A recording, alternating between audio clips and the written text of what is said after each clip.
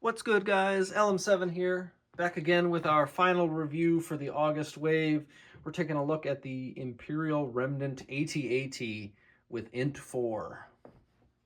So this one is straight out of the Mandalorian movie and is slightly smaller than the biggest set in this wave, which is the Sandcrawler, but nonetheless, still a Mandalorian set, 10 plus, so technically considered easier to build than the Sandcrawler, which I agree with.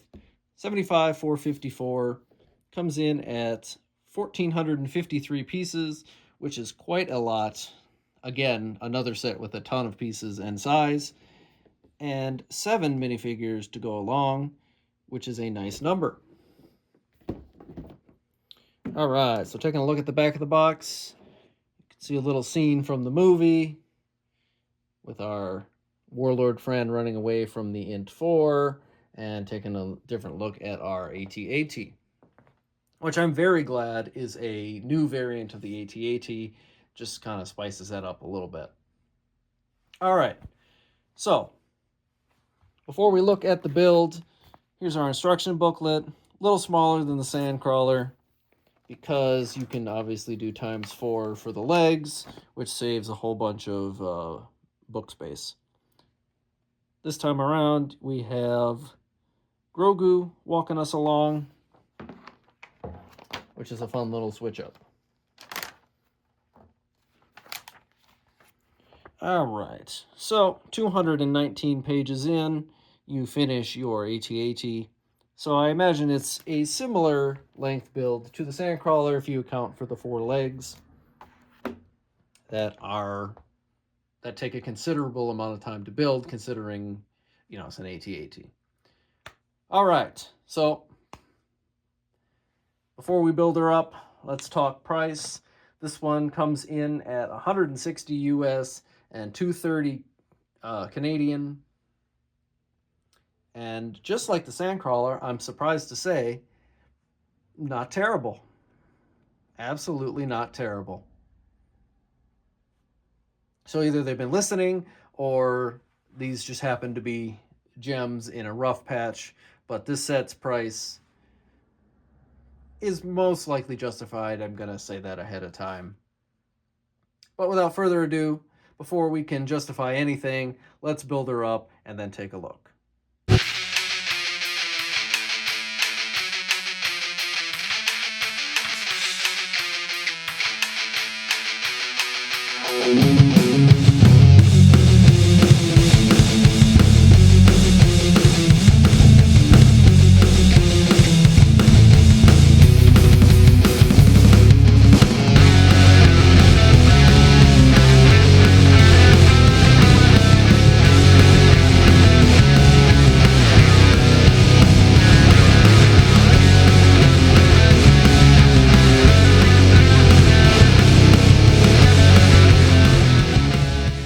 We're back.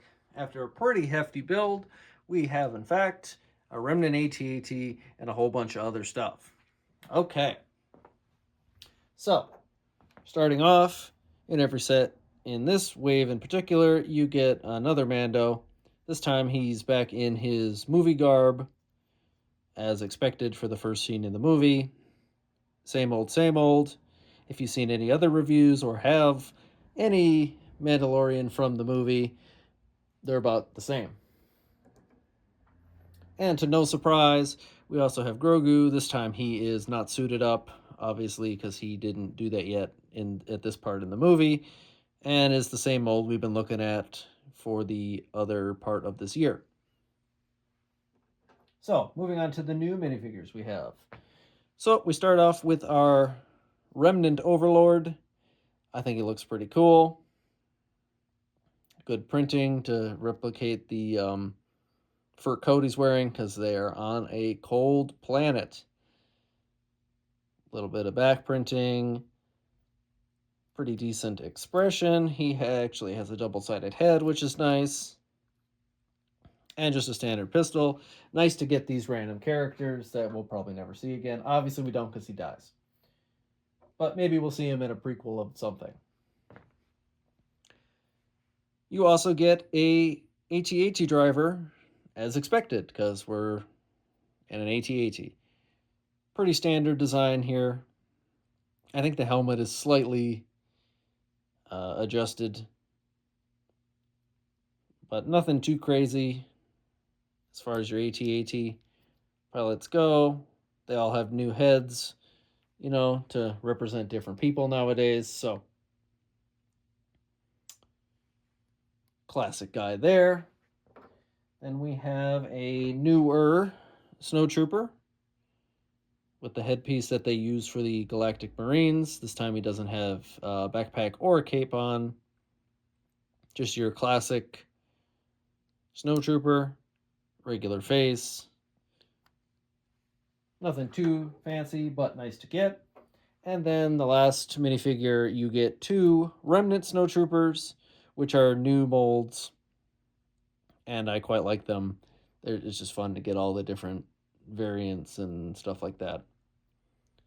So you get 2 guys, 2 of them, just to make use of the new helmet mold that they got going on. Other than that, they are identical guys, but nonetheless very cool. All right, so I didn't actually look at the set before I got it, just to keep some of the fun going. And to my surprise, you also get a little speeder bike, which is nice. A fun little inclusion that does, in fact, fit inside the walker, which we will show in a little bit. I love it when they do stuff like that. So, classic little speeder bike. It was fun to build. Some of the flimsier parts they've kind of improved and adjusted on. And there is a snowtrooper on a speeder bike. Very cool. Nothing crazy, but a nice inclusion. On top of that, in the name of the box, you also get the new little INT-4, which is basically a flying AT-ST head as an escape pod. So, it has a retractable gun and wings. Obviously, it flies. And you can obviously pull the front down and put a minifigure in there. And that's how your Overlord tries to get away and then ultimately doesn't. But it was really neat to see this in the movie and be like, oh, are they going to deploy an AT-ST from the AT-AT? And it turns out it's a little flying escape pod type thing. Fun little build. Fairly accurate. These are actually printed, so that's always cool. Not too many stickers in the set overall. Really only one that matters. So do what you will with that. I mean, it's always unfortunate to get these bigger sets and still have to worry about stickers at all. That's a never-ending battle. That will probably never win. All right. So decent guys. You get quite a few. So I'm pretty content in that. And the INT-4 and little speeder bike are also fairly decent. Those, I wouldn't say make it justifiable yet. I think you actually have to want the AT-AT to make the set worthwhile to get. And like I said in the beginning, I was quite pleased when I found out it was, the newer variant of the AT-AT, kind of the hybrid between the Empire and the First Order. So it's a little different, and that's what I want in a set, just so we don't keep getting the same exact set over and over and over. I don't have one to compare it to, but if you wanted to know, the last AT-AT is a little taller than this one, but this one has a slightly longer body, as you can kind of just get the gist of it without even seeing it. It's a longer looking walker and is a little shorter than our last Playscale AT-AT. But that doesn't make it lesser by any means, and that's always a nice thing to say. All right. So, our good walker itself, what does it do? Well, it has a adjustable head, kind of like all walkers do. This is a very solid head this time around. Here is the only sticker that actually matters on the front. The cockpit itself, unlike a few previous AT-ATs, this one feels very solid and not like weak and just like one clip holding the whole thing together. So it's very well attached. But you can kind of open up the head a little bit more just because it has a very specific shape. And you can fit 2 minifigures in here, which is very nice. Sometimes you can't always do that. And it's not the hardest fit in the world this time around, which is also an A+. So they also kind of improved how they do AT-AT necks, and to get the shape, they're still using this wheel piece that they kind of used in the UCS AT-AT, but they used it here too, and it kind of keeps the stability of the head. It's much less flimsy this time around. And this is a nitpicky thing for me, but if any of you ever have owned an AT-AT, these guns right here always fall off. I like that they're smaller and very sturdy this time around. That's just a little bonus for me. Last thing for the head, you do have 2 spring-loaded missiles, and we're not going to shoot those, but you can if you want to. So, like all AT-ATs, you have 4 opposable legs. I said opposable, just posable.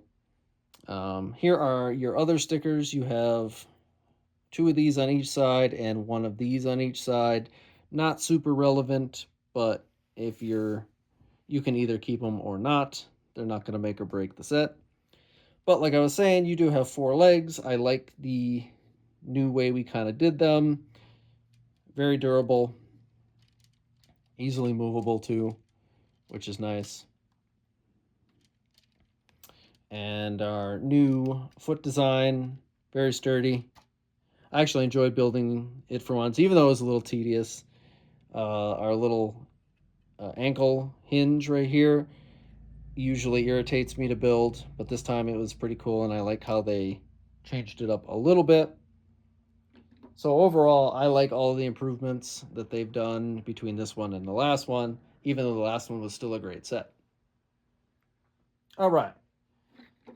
What else can it do? You have a little hatch up here, so you can have Mando break in like he does in the movie.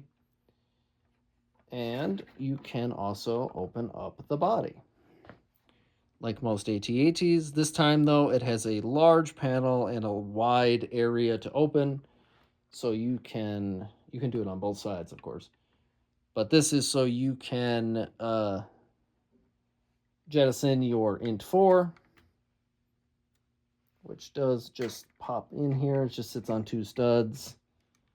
So you can kind of put it in there however you want. It's just nice that it fits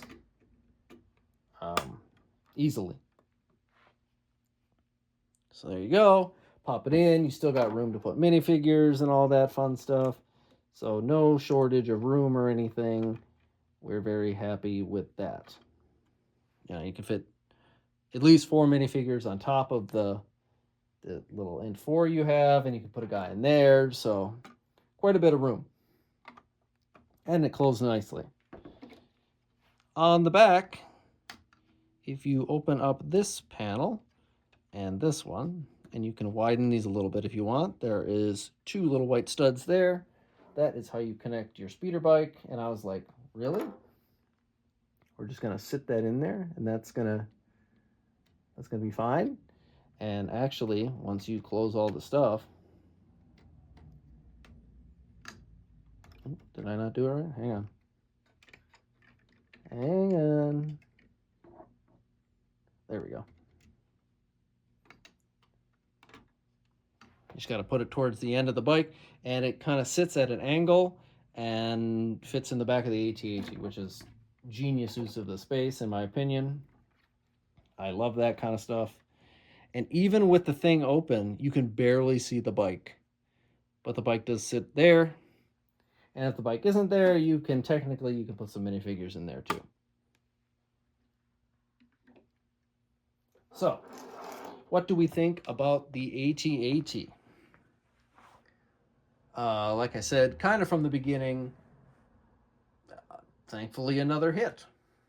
Uh, it is expensive. I mean, you can't overlook that. 160 is no scoff, but AT-ATs have always been in the higher brackets of sets anyway, due to how big they are.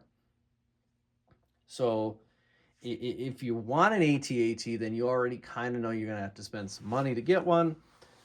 And this one does not disappoint. It's a new variant, which is cool. It has plenty of room and features and plenty of play stuff to reenact the first part of the movie if you care about that, or just use it in general. It's a cool set. So I'm going to say this one is worth it as well. If I had to choose between this one and the Sandcrawler,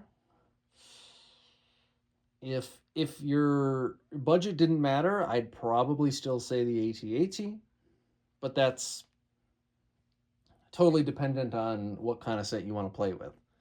If you don't care about the Empire and a walker, then you're gonna obviously gravitate more towards the Sandcrawler. They're both great sets, and I actually recommend both of them. I haven't said that in a long time.